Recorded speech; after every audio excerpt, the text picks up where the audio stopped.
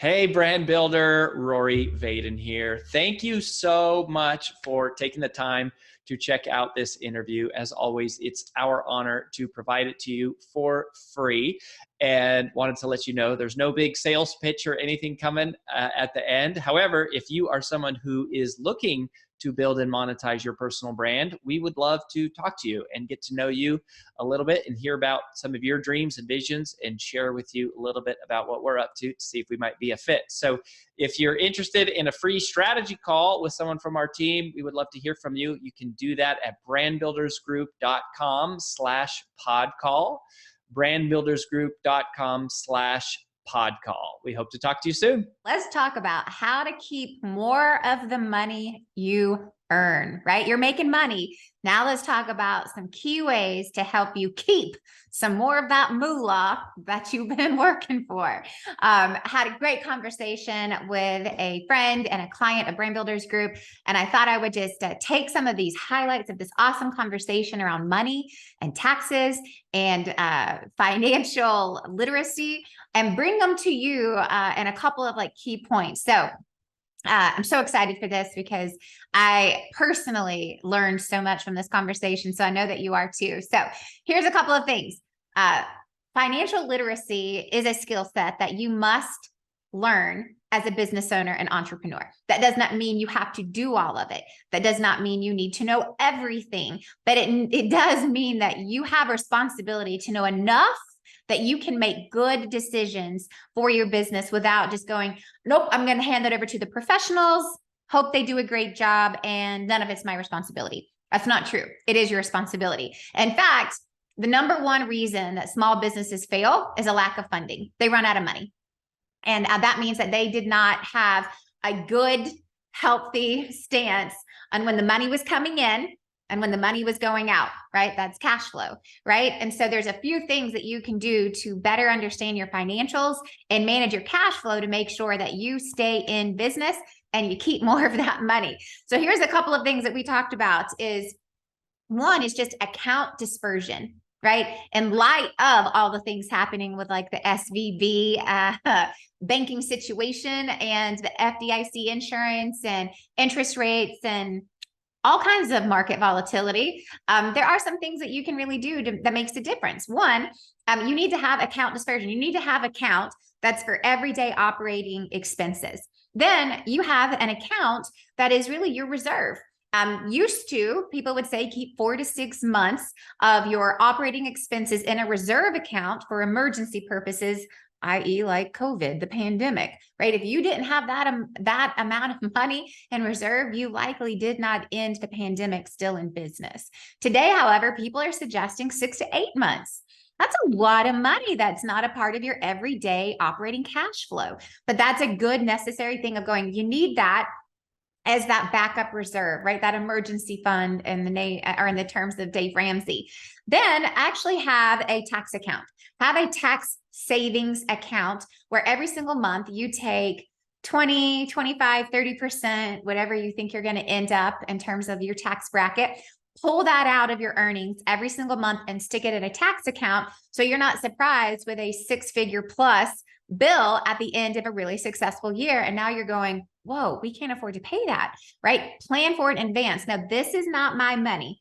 This now belongs to America, and put it in your little America tax fund and keep it separate so you have a good, accurate standing of the cash flow, not only of today, but where it's going to be in 3, 6, 9, 12 months from now. Then also have a fourth account that is your true savings and fundraising for the business. So what are the things that you want to do in the business that you need to start setting money aside for? Maybe you want to buy a commercial building. Maybe you want to do a new website. Maybe you want to do this education or this course or this mastermind, whatever it is. You have your reserve fund, which is for the operating functions of the business, but then you have a savings or fundraising fund to go. And these are things that we want to do. So if we can't afford them right now, we're going to start putting money aside so that we can afford to them one day without impacting everyday cash flow. Account dispersion, simple, not easy, super important, right? Next is mindset, right? Know the goal for your money. You actually need to know what are the financial goals that I have for me and the company. somewhat simple, but often we don't take the time to go, what is the goal of what I'm doing, what I'm working for? Like, what am I actually trying to do with this? Then you have to know where your money is going, right? I love this little saying of, I can't even give credit where credit is due. It's been so long, but before you expect, you must inspect. So you have to know when your money is going out and when the money is coming in. Simple, but not easy, right? You've got to know like when every month or every week of every month do typically expenses go out and when does revenue come in? That's cash flow, right? But you've got to do some inspecting before you can create any level of expectation of what's going to help healthily grow the business. Then you got to understand like the cadence and the sequence of that flow. Is there regularity to it?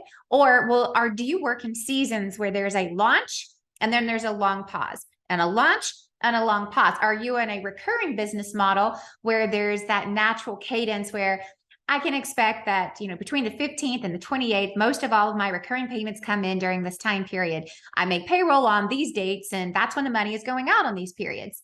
So some of it is just knowing the cadence and the flow of when the money comes and when the money goes based on the type of business that you have. Is it a recurring model? Is it a, buy one at a time kind of model? Is it a launch season model? What does that look like? And then last but not least, it's knowing how to save and reduce your tax liability. Okay, so that's the last thing I'm going to talk about somewhat quickly here. Here are 4 quick things that you should go and research. I am not a tax professional. I'm not a financial professional. I'm an entrepreneur. So these are just things that you should go and research on your own. Talk to your CPA, financial planner, a professional who's accredited, who has a license in this. These are just ideas to bring to them. Okay.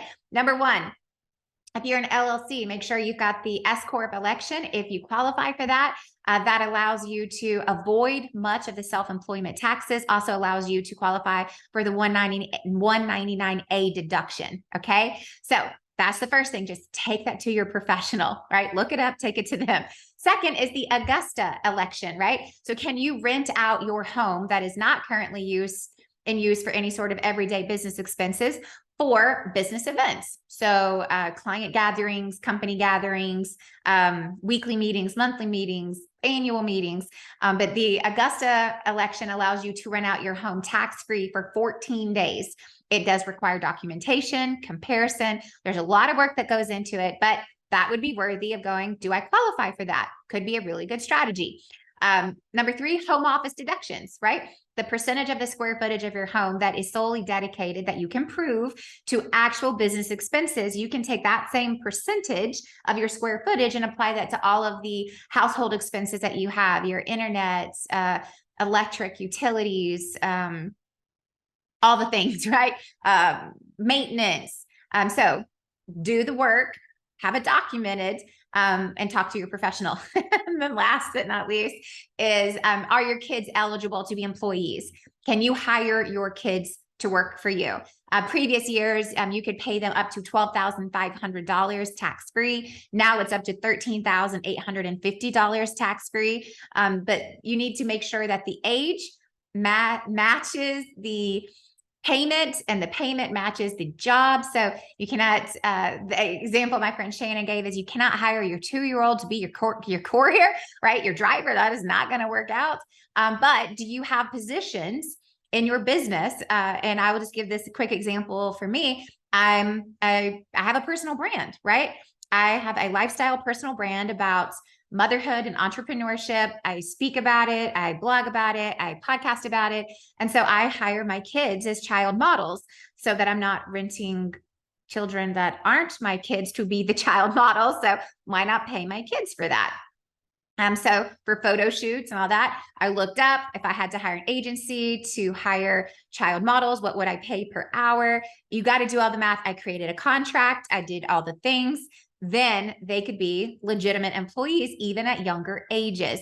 but you got to have a legitimate reason with legitimate proof in order for these things to work for you, right? So that is super high level. That is not even scratching the surface of all the things that you can be doing, should be doing to have a better grip on how do you keep more of the money that you earn. But those are some high level things from a recent conversation. And I know if it was that impactful for me, you've got to be able to take something from it too. So hope you enjoyed it. Hope at least one of those gives you some ideas of how to keep more money that you earn. And I'll catch you later.